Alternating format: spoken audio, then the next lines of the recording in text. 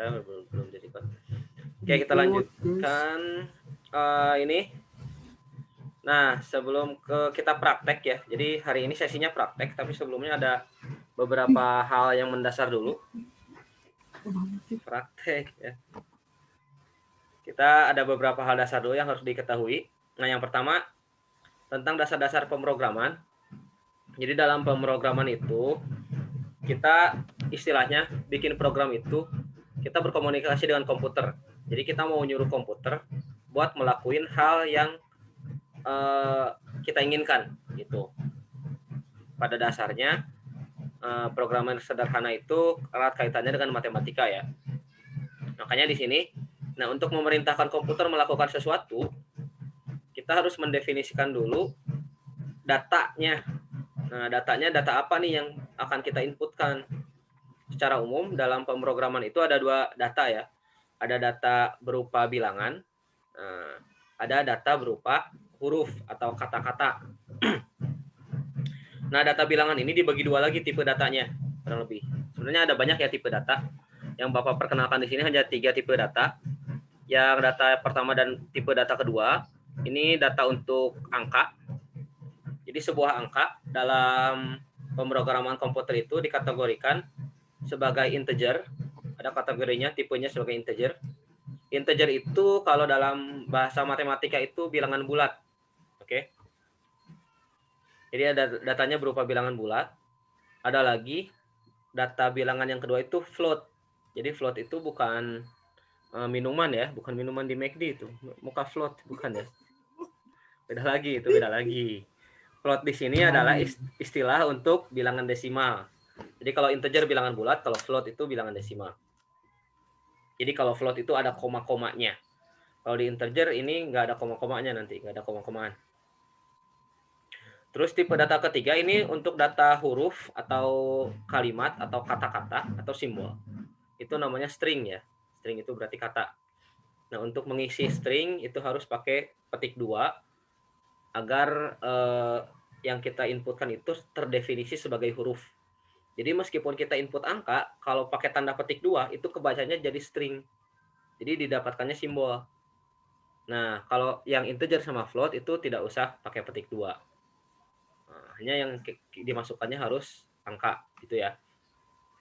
Nah, kemudian ada itu dari tipe data. Yang selanjutnya ada simbol operasi matematikanya. Jadi operasi matematika dalam pemrograman itu ada beberapa ya. Yang umum penjumlahan pengurangan itu sama. Simbolnya plus sama minus. Plus untuk penjumlahan, minus untuk pengurangan. Terus simbol untuk perkalian dan pembagian dalam pemrograman itu sama kayak di Excel ya. Simbol perkaliannya bintang, simbol pembagiannya garis miring. Garis miringnya miring ke kanan. Jadi kalau di komputer ada miring kiri, ada miring kanan ya. Garis miring kanan itu berarti pembagian. Terus untuk perpangkatan, nah operasi matematika perpangkatan dalam pemrograman itu digunakan bintang 2. Jadi kalau ada kalimat itu 2 bintang 2 3 gitu ya. 2 bintang 3 berarti itu sama aja dengan 2 pangkat 3 gitu. Jadi hasilnya sama dengan 8. Terus ada juga simbol persen. Nah, simbol persen ini kalau dalam bahasa pemrograman itu untuk menentukan sisa pembagian atau nama operasinya disebut modulus ya. Disingkatnya mod. Singkatnya mod. Itu untuk operasi modulus gitu ya. Operasi modulus itu dia mencari sisa pembagian. Contohnya kalau 7 persen 3 atau dibacanya 7 mod 3, 7 modulus 3 nilainya 1. Kenapa 7 modulus 3 nilainya 1? Karena kalau kita melakukan pembagian kayak bagi kurung kayak gini nih, di sini 7 dibagi 3 misalkan. Jadi hasil yang dari modulus itu yang di bawahnya nih, yang ini nih. Kan kalau 7 bagi 3 di sini di atasnya 2. 2 kali 3 6. 7 kurang 6 nanti jadi 1. Nah, hasil dari modulus itu adalah yang di bawah sini. Si sisanya. Gitu. Paham nggak? Kalau misalkan 20 modulus 6 nih, hasilnya 2. Kenapa? Karena 6 kali 3 itu kan 18 tuh. Ada sisa 2 lagi buat jadi 20. Berarti sisanya yang didapatkan. Nah, kalau ini 10 bagi 5, 10 modulus 5, itu nilainya 0. Kenapa? Karena 10 itu kalau dibagi 5 nggak ada sisanya. Makanya nilainya adalah 0. Itu ya, 10 bagi 5 itu pas 2 kan. Oke, sekarang Bapak tes. Berlatih modulus. Siapa nih? Revalin. Halo Revalin. Ada Revalin? Nah, jangan Alfi mulu yang dites nih. Ya, Pak. Ya, Revalin. Coba, kalau 17 modulus 5, hasilnya berapa? Ya. 17 modulus 5, hasilnya berapa? Kayak gini nih. Bapak tulis di sini nih ya. 17. Gimana apa putus? Nah, itu tuh hasilnya berapa tuh? Yang paling bawah. 17% 5. 17%5. Iya, berapa hasilnya? Persen ini bermakna modulus ya di sini ya. Modulus. Ya. Berapa hasilnya tuh? 2. Ya, benar 2. Iya, betul 2 hasilnya. Nah, gitu. Demi apa? Iya, 2 hasilnya benar. Itu cara mencari modulus.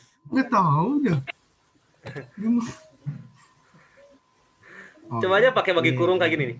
Coba pakai bagi kurung ya. Ya. Kalau masih bingung tentang modulus, coba pakai bagi kurung. Sekali lagi.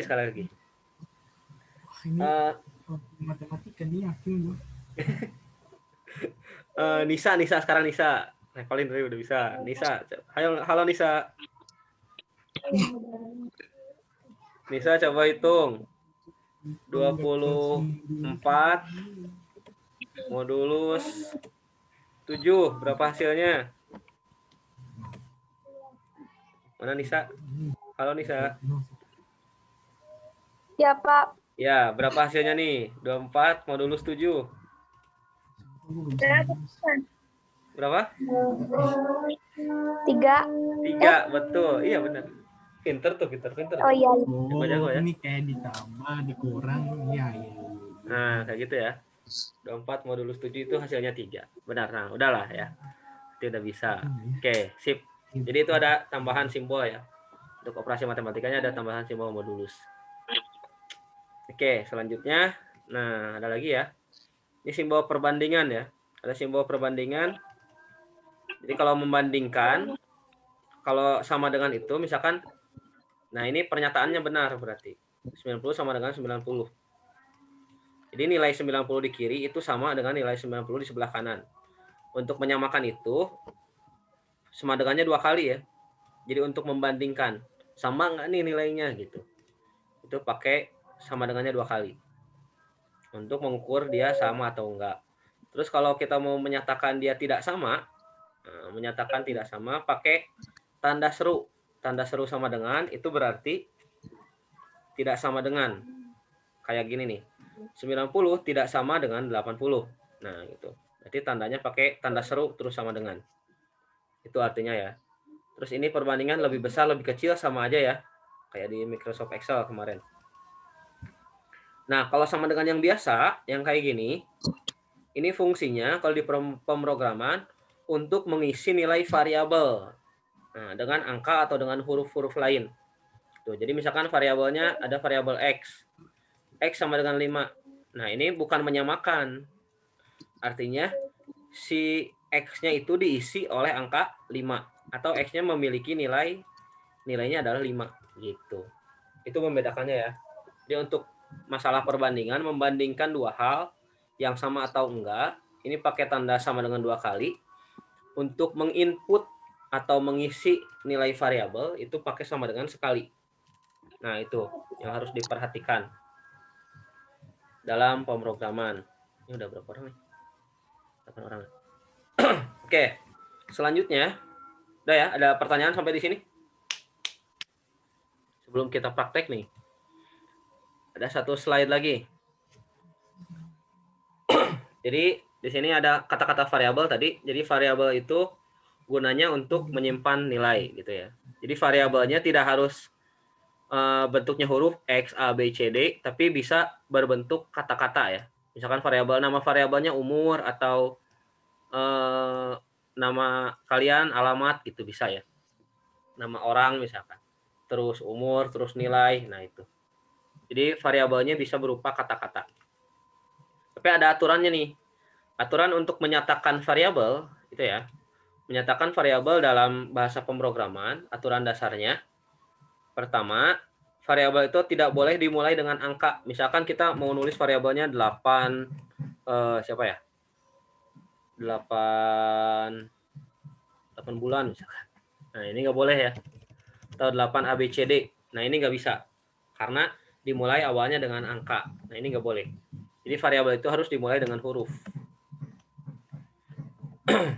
Kalau misalkan kayak gini, nah ini boleh ABCD, ABCD 1 misalkan, atau nilai 1, nilai 2. Nah, kalau kayak gini boleh. Yang penting huruf karakter awalnya jangan angka. Terus variabel itu jangan menggunakan spasi. Jadi kalau nulis variabel itu misalkan nama siapa ya? Nama lengkap misalkan. Nah, nggak boleh kayak gini. Tapi harus ada karakter yang nyambunginnya. Jadi nulisnya ini nggak boleh ya. Nah, nulis begini. Nah, ini tidak boleh. Ini nggak boleh. Nggak boleh. Terus bisanya gimana ya? Alternatifnya bisa pakai kayak gitu. Garis bawah ya. Nama lengkap misalnya. Nah, kayak gitu. Atau bisa juga disambungin kayak gini. Nah, kayak gitu. Itu cara menuliskan variabel. Itu ya. Nah, nanti kalau nulisnya begini, nanti muncul error di program kalian. Oke. Nah, kita praktek ya. Let's go. Jadi untuk prakteknya di website ya. Di web ada namanya Rextexter. Nah, ini untuk compiler beberapa bahasa pemrograman ya. Ini banyak bahasa pemrograman yang bisa kita simulasikan di sini. Tuh, bisa pemrogramannya ada. Jadi ini namanya bahasa ada ya. Ada aja gitu. Ada bahasa assembly banyak tuh bahasa pemrogramannya. Kita pilihnya yang Python 3. Nah, ini Python 3. Ada programan R, skala skema banyak ya. Visual Basic. Kita pilih yang Python 3. Nah, jadi kayak gini. Nah, ini print. Nah, terus yang harus diperhatikan, tadi kan buat inputan ke variabel ya. Kalau untuk output, nah untuk outputnya kita gunakan kalimat print, kata print. Jadi kalau ada kata-kata print, berarti itu untuk menampilkan hasil dari pemrograman kita. Itu. Oke, kita mulai dari menyatakan variabelnya dulu. Ini nanti dulu, ya. Jadi caranya, ini kita nulis teksnya. Nanti di bawah, di sini muncul outputnya. Ya, contoh. Kita misalkan ngisi variabel. Variabelnya apa? Misalkan nilai ujian. Nah, jadi nulisnya harus kayak gitu. Harus ada backspace, garis bawah ya. Nah, nilai ujian atau disatuin kayak gini bisa. Nilai ujian misalkan. Untuk membedakannya. Nah, kayak gitu bisa. Dan ini akan jadi dua variabel yang berbeda meskipun kata-katanya sama ya. Tapi kalau cara penulisannya beda, variabelnya jadi beda. Ini namanya case sensitif ya. Jadi beda huruf gede, huruf kecil itu dianggap berbeda. Kan nilai ujian yang ini kita isi dengan 70. Nilai ujian ini kita isi dengan 85. Nah, gitu. Berarti yang isinya yang ini, yang N-nya gede itu 85, yang nilai ujian kecil itu 70. Gitu. Nah, coba kita kalau bikin variabel kayak gini, apa yang terjadi? Nilai ujian. Nah, nilai. Ini 90. Nah, akan ketahuan error atau tidaknya setelah kita jalankan kodenya. Ini di run ya. Run it. Berarti kita kalau nge-run itu memproses si kodenya. Kita run. Tuh ada error di sini. Jadi kalau ada cara pengetikan kita yang salah, akan dikasih tahu ada error nih. Errornya di mana? Ini membaca errornya, error warningnya. Ini ada kesalahan di line kelima yang ada ini nih. Tuh, dikasih tahu ini salah variabelnya. Berarti kita harus ganti. Nah, nilai benar gitu. Nah, gitu. Kalau kayak gini nanti di run Nah, ini udah berhasil, berarti udah tidak ada error. Tapi kenapa nggak ada hasilnya ya? Karena belum kita tampilkan. Kita kan baru input ini. Kalau mau kita tampilkan, kita berarti tadi pakai kata-kata print ya. Misalkan print. Nah gitu. Print mau yang mana yang kita print ya, terserah. Mau yang nilai ujian. Nah, kalau kita print yang ini berarti keluarnya yang mana nanti? Yang 70, 95 atau 85? 90, 85. 85. 85 ya. Hah? 70 apa 85? 85. 85. Nah, kita run. Tuh, munculnya 85 ya. Nah, kayak gitu. Gampang ya? Tuh kan, gampang gitu dong. Nilai ujian. Oke. Sekarang kita belajar tambah-tambahan. Atau kali-kalian ya. Print. Kan 85. Nilai ujian yang gede. Ditambah nilai ujian bener. Nilai bener. Nah, gitu. Jadi kalau kamu... Nah, 85 tambah 90. Jadi hasilnya berapa yang kedua? Tuh, segitu ya. Keluar penjumlahnya. Berapa? 175 ya. Tuh, muncul. Jadi kita print 2 nilai. Di sini munculnya juga 2 nilai. Gitu. Oke ya. Nah, sekarang kalau kita pakai angka lain misalkan. Kalau kita ngetiknya begini misalkan, kita lupa nih. Nilai benarnya pakai huruf besar. Tuh, ada error lagi. Name error. Ini nggak ada. Is not defined. Jadi kalau kita menuliskan sesuatu, mau ngeprint sesuatu yang belum didefinisikan sebelumnya, itu akan error juga. Jadi harus benar-benar teliti ya. Huruf besar, huruf kecilnya harus sesuai, dan lain-lainnya. Apalagi kalau kodenya udah panjang nanti. Itu. Nah itu udah. Tinggal silakan simulasi aja latihan buat tambah kali bagi, terus mod-modan tadi. Jadi kalau mod-modan, nih kalau segini hasilnya jadi berapa kira-kira?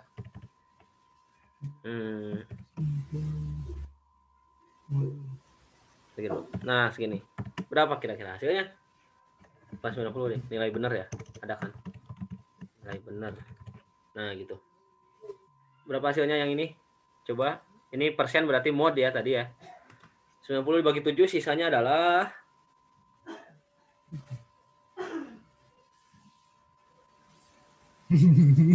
berapa yo? Berapa sisanya? 90 bagi 7.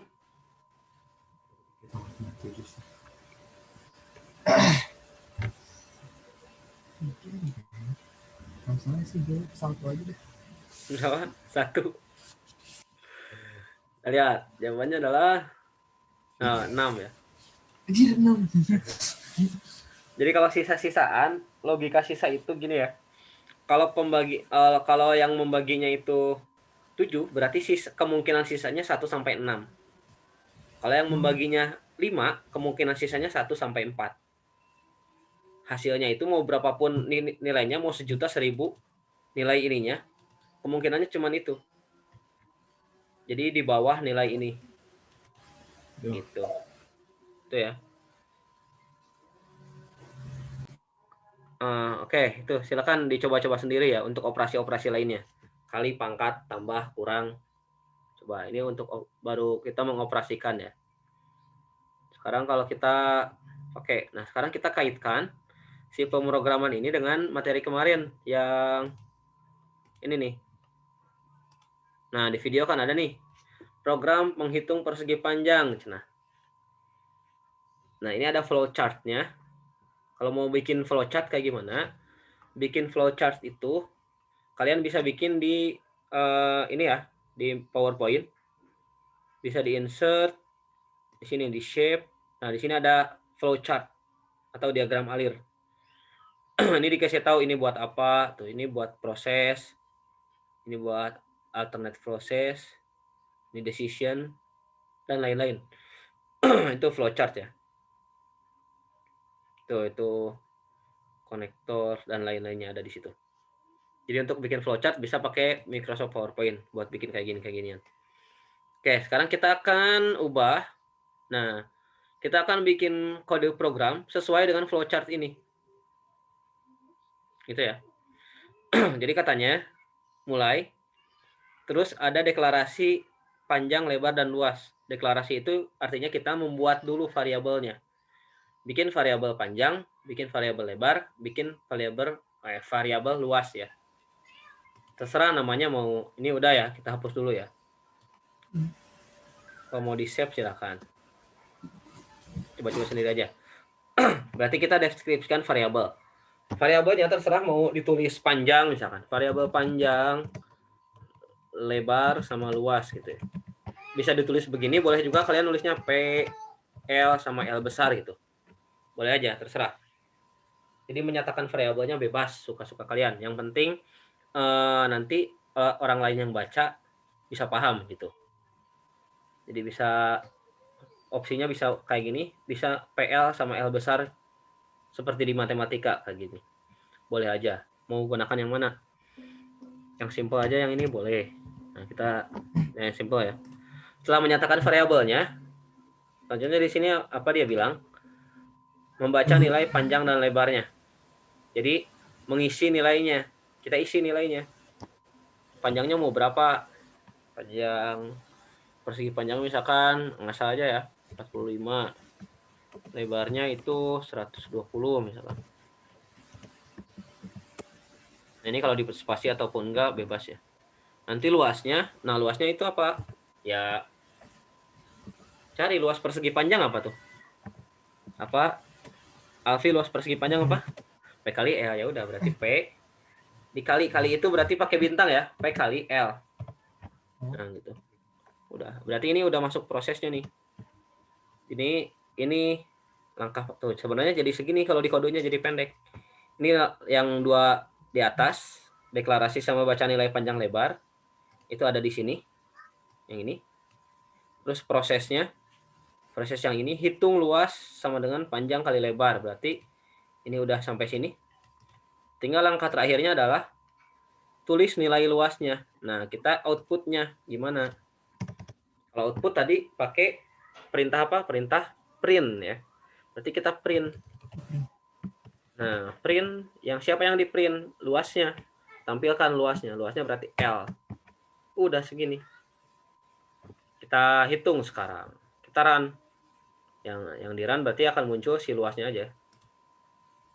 Tuh luasnya adalah 5400 cenah. Hasil dari perkalian 45 kali 120. Nah, dapat tuh segitu, 5400. Kalau mau ditambahin kata-kata misalkan, ya boleh. Jadi kata-katanya kan harus di print, berarti pakai kalimat print. Print luas persegi panjang dengan P-nya sama dengan 45 dan L-nya sama dengan 120 adalah, nah udah. Jadi kalau kita tambahin ini, nah jadinya lebih elegan ya. Tuh, tiba-tiba. Jadi nggak tiba-tiba 5400 saja. Gitu aja. Jadi dikasih tahu di sininya. Nah, kayak gitu. Itu ya. Itu untuk flowchart yang biasa ya. Jadi ini inisiasi input, ini proses, ini output. Itu aja intinya. Jadi selalu kayak gitu. Input, proses sama output. Kok bisa masuk?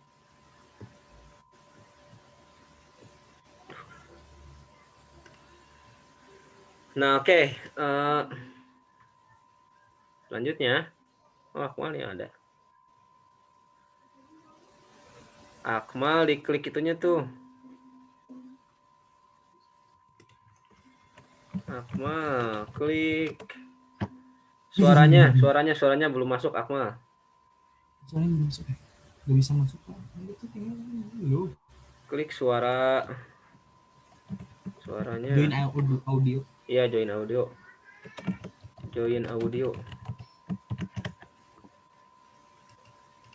Akmal udah masuk ya? Oh, ada ini Akmal. Ada sini. Oh, iya. Keluar lagi ya? Keluar lagi. Barusan ada. Gak bisa masuk kali Pak. Gak bisa masuk tadi. Oke, kita lanjutkan ya. Ini waktunya dibatasi nih.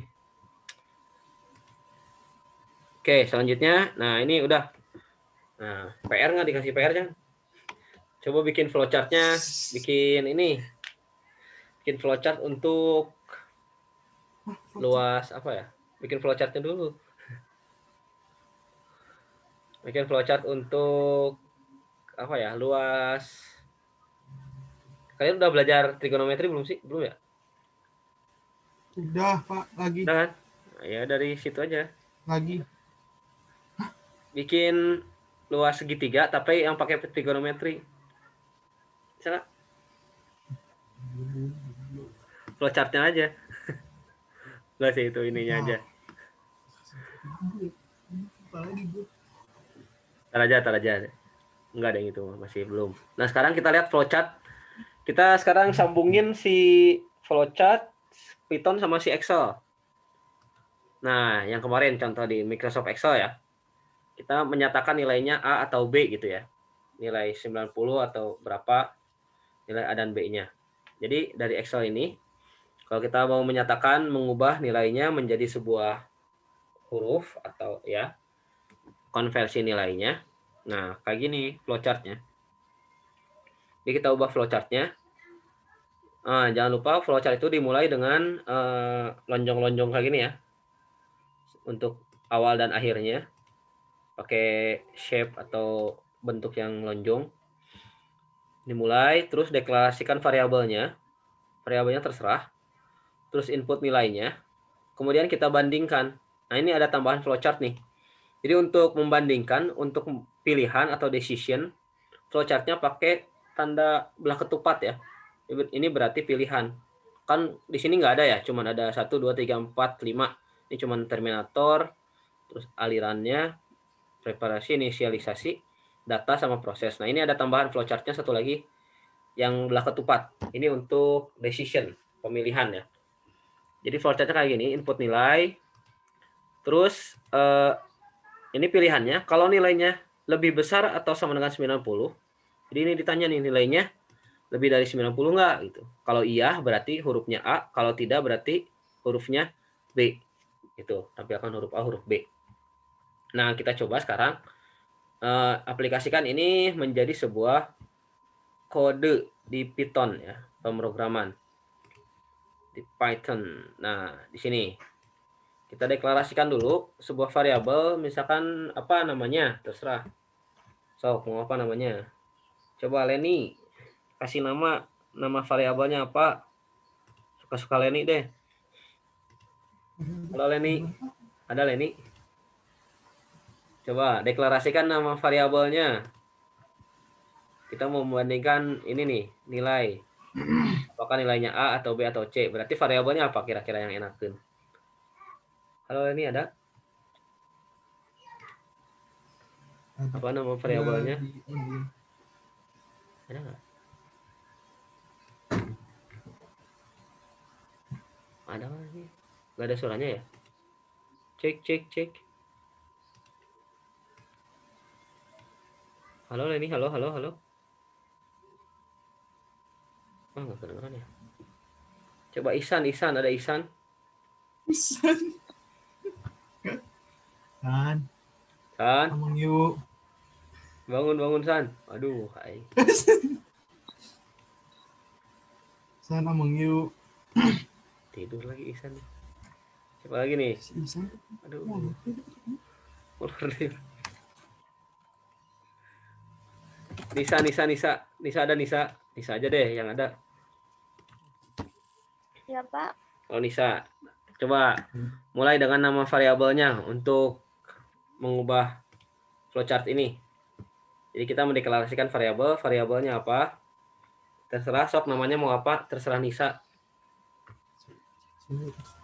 Apa nama variabelnya? Yuk. Ini sebentar lagi meetingnya. Karena ini yang gratisan. Tinggal 4 menit lagi ya. Nama variabelnya apa? Kira-kira Nisa? Terminator. Terminator ya, boleh. Enggak, ini namanya dikasih nama aja. Mau apa namanya? Bukan Terminator, itu mah flowchartnya.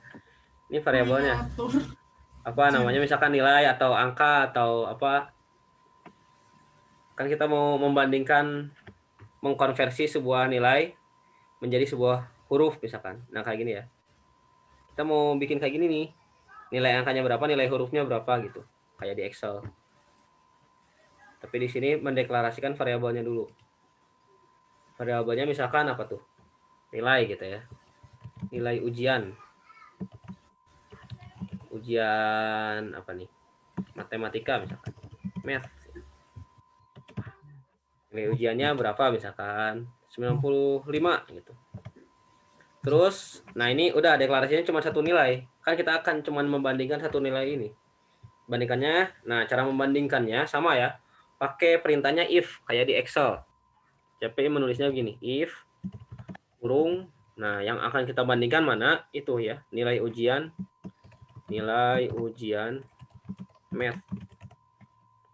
Nah, nilainya gimana tadi menginisiasinya harus kita tanya dulu lebih besar atau 90 gitu. Nah, berarti ini dibacanya jika nilainya lebih besar atau sama dengan 90. Nah, berarti kita print. Nah, printnya apa nih? Printnya berarti hurufnya A. Nah, gitu. Karena kan sesuai dengan ini ya. Kalau iya, nah jadi yang iyahnya itu, kalau iya, berarti tampilkan huruf A. Nah, untuk menyatakan yang iya itu, berarti langsung di setelah if-nya. Kalau yang setelah if, itu pernyataan benarnya. Nah, pernyataan salahnya dideklarasikan dengan else ya. Else itu berarti yang lain. Kalau selain dari itu nilainya, kalau nilainya selain tidak lebih besar dari 90, berarti printnya misalkan B nilainya. Gitu. Udah, ini mah segini doang. Jadi ini decisionnya, ini langsung printnya. Kita run, berarti yang ini nilainya adalah harusnya A ya yang keluar. Kita cek. Tuh, hasilnya adalah A. Kalau kita ubah, misalkan ininya jadi 75 gitu. Berarti nanti keluarannya karena begini dibandingkan apakah 75 sampai 90 lebih besar dari 90? Ternyata setelah dicek ini tidak. Berarti harusnya keluarnya B. Kita cek. Tuh, ini jadi B hasilnya. Kayak gitu aja ya. Jadi kalau di Excel kan berjajar ya. Yang benar dulu terus yang salahnya langsung ditulis. Kalau ini enggak. Ada kalimatnya, ada else-nya.